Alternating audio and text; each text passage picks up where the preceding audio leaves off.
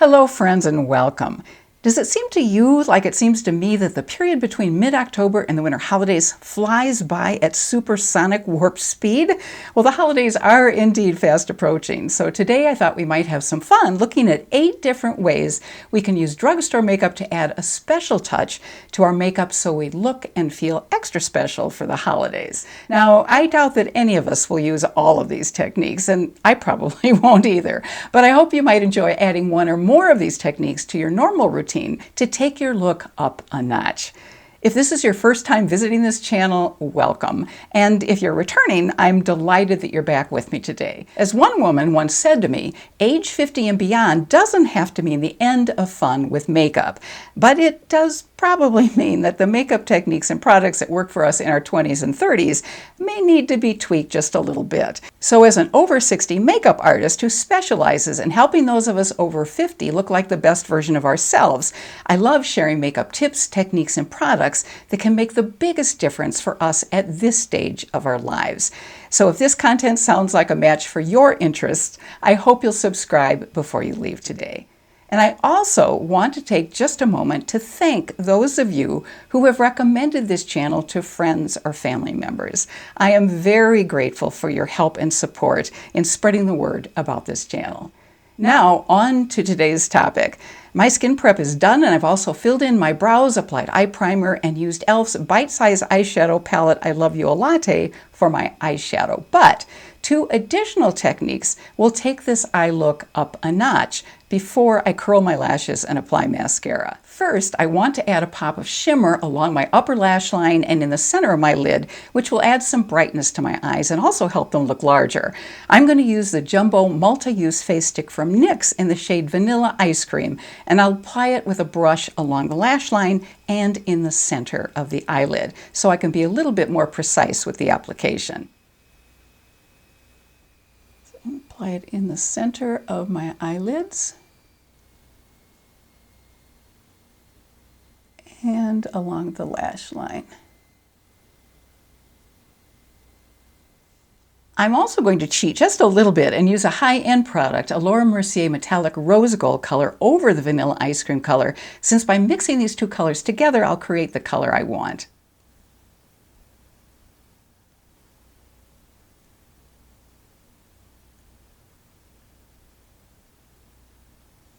And I'll just pat it in a little bit. I'm also going to apply both of these products along the inner bottom lash line and the inner corner of the eye.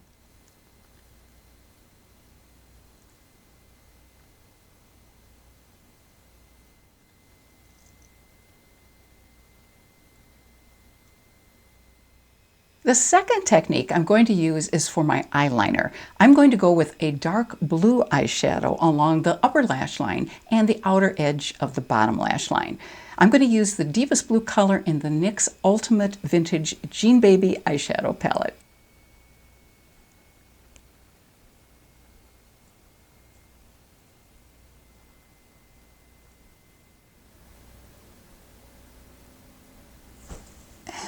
Bring it up slightly and then just pat it in. And I think when we say blue eyeliner, we all get pretty scared by how that's going to look, but I think you can see that it shears out a bit, and it's really not that in-your-face blue when it's sheared out. And I'm also going to take just a little bit of this blue and put it along the outer edge. Again, this gives a little bit more of a cohesive look to the eye. I have really come to like this eyeshadow palette. I'm really impressed with it. In fact, they have 2 other eyeshadow palettes in this line, and I'm really interested in maybe trying them both. I think this color blue is so incredible. And some blending is in order.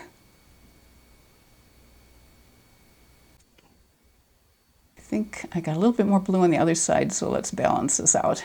I'll apply my mascara off camera and I'll be right back. The first technique I want to use on my face is to apply a light highlighter on my cheekbones before applying my foundation. This technique can create a lovely lit from within glow. I'll use my Wet n Wild Mega Glow Liquid Highlight, and since I'll be applying my foundation over the highlight, I'll apply a little bit more highlight than I normally would. This is a nice doe foot applicator, so I'll just dot it on. And as you can see, I'm being pretty liberal with this. I may regret this, but we'll see. I'm also going to carry it up just slightly along the sides. I don't want to bring it in too close to my nose. Next, I'll go ahead and apply my foundation. I'll combine my Catrice True Skin Hydrating Foundation and my L'Oreal Age Perfect Serum Foundation. Then I'll apply my e.l.f. Hydrating Camo Concealer in Light Peach as my under eye corrector and in the color Fair Beige over it.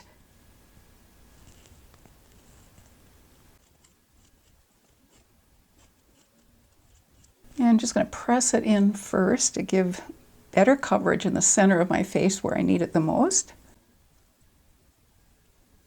I'm always so stunned by what a difference foundation makes. I guess I shouldn't be, considering how much discoloration I have all over my face.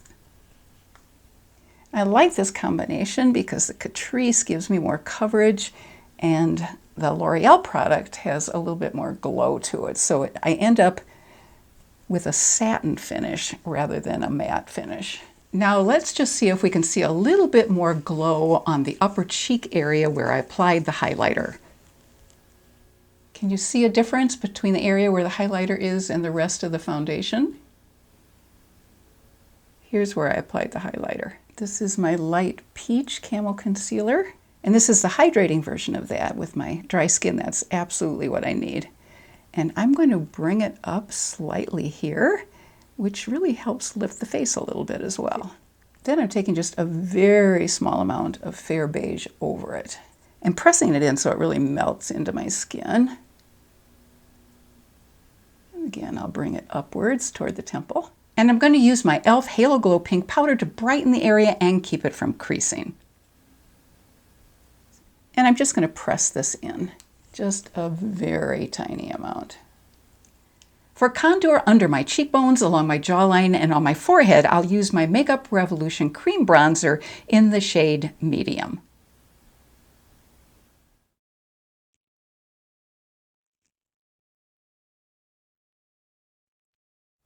Oops, I'm getting my earring.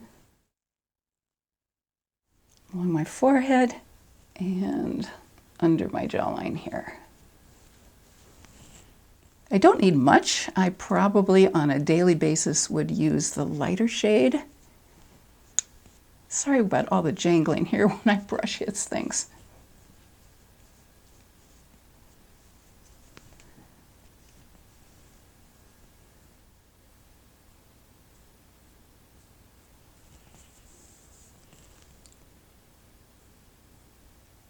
And then I'm going to use my foundation brush to go over the edges.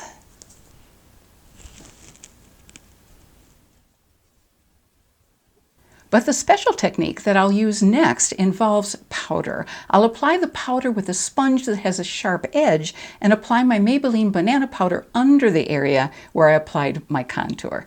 This will give even more definition to the face without it looking harsh. I'll let the powder set for just a bit and then brush it off with my Real Techniques setting brush. So I'm using a sponge like this that has an edge to it. It makes it a lot easier. And then I'm just going to pat it here. And pat it here. And now I'm just going to brush it off with my Real Techniques brush. I don't regularly also contour with a light color, but I will use this technique today to create even more contrast with the darker contour that I used earlier. Contouring with both light and dark colors gives the face a stronger, more structured look. I'll apply e.l.f.'s Fair Rose Concealer, which is lighter than my skin tone, in the center of my face and over my marionette lines. And I'll use a brush to apply it so I can be even more precise. The light contour just goes down the center of the face.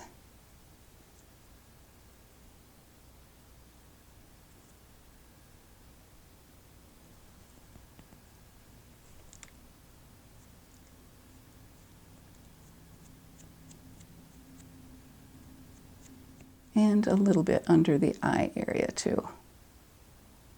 Trish McAvoy, who's a makeup artist and has her own cosmetic line, calls this the triangle of light.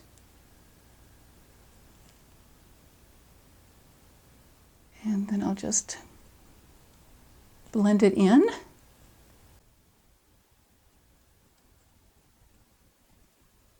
I use this on my marionette lines since light makes things come forward and I don't want these to look as deep as they look. Doesn't help a lot, but every little bit helps, right? Oh, and I also want to put just a little bit of this under the arch of my brows. This helps lift the eyes a bit.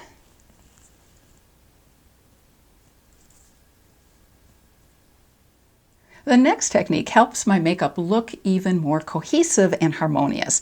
I'll use the lipstick that I'll be wearing as my blush color. The lipstick is Flower Beauty's Dahlia Desire, but to make it glide on more easily as blush and to give my cheeks a little bit more glow, I'm going to mix it with just a tiny dot of e.l.f.'s Halo Glow Filter highlighter. And this is the color of the Flower Beauty lipstick. Just going to go under where I applied my highlighter and up toward the temple. So basically you can create your own blush that has glow.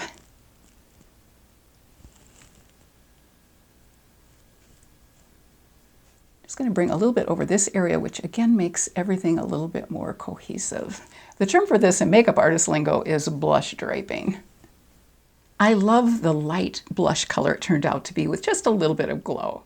Now on to lips. Before applying my L'Oreal Age Perfect Lip Liner in Perfect Burgundy, I want to add some fullness to my lips. So I'm going to apply a very tiny amount of my Makeup Revolution Cream Contour under my lip line and above my top lip line. And I'm going to do that with a small brush. This creates a shadow effect which makes the lips look larger. And I'm going to use this very tiny lip brush.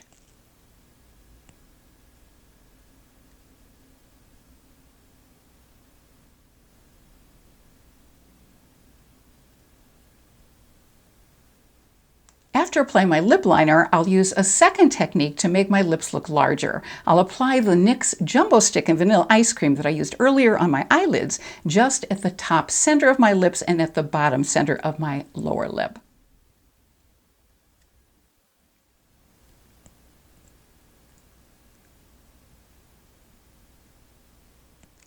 I know this looks a little strange, but hang in there with me. Can you see the difference that makes? It's just subtle, but I think you can see it. The lip gloss I'll use over my Flower Beauty lipstick is Sephora's Gloss Lipstick in the color Wild.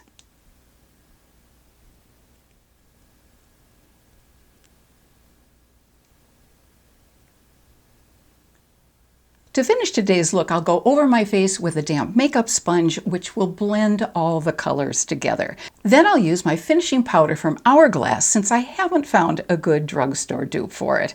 Adding a finishing powder is another subtle way to make our makeup look more cohesive so we look more polished. In fact, if I had to recommend just one technique out of all the techniques that I've demonstrated today, it would be to use this amazing finishing powder from Hourglass. And luckily, several of the Hourglass finishing powder colors do come in a mini size, which isn't nearly as expensive as the regular size. I'll use the finishing powder in the center top.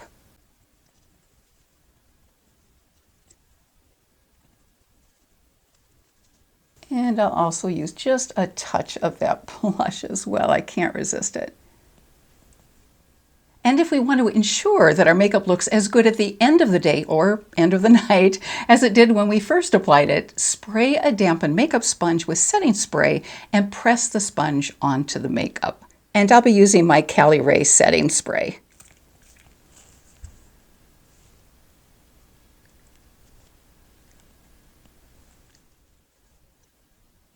Now let me do something with this hair, change clothes, and add some jewelry to create the finished holiday look. And now we have our finished look.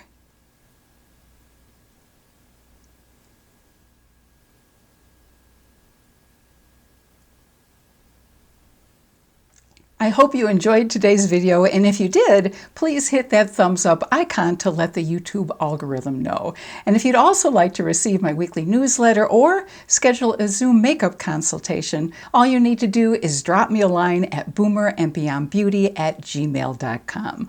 Until next time, I wish you good health and happiness and hope you have a fabulous rest of your day. Take care.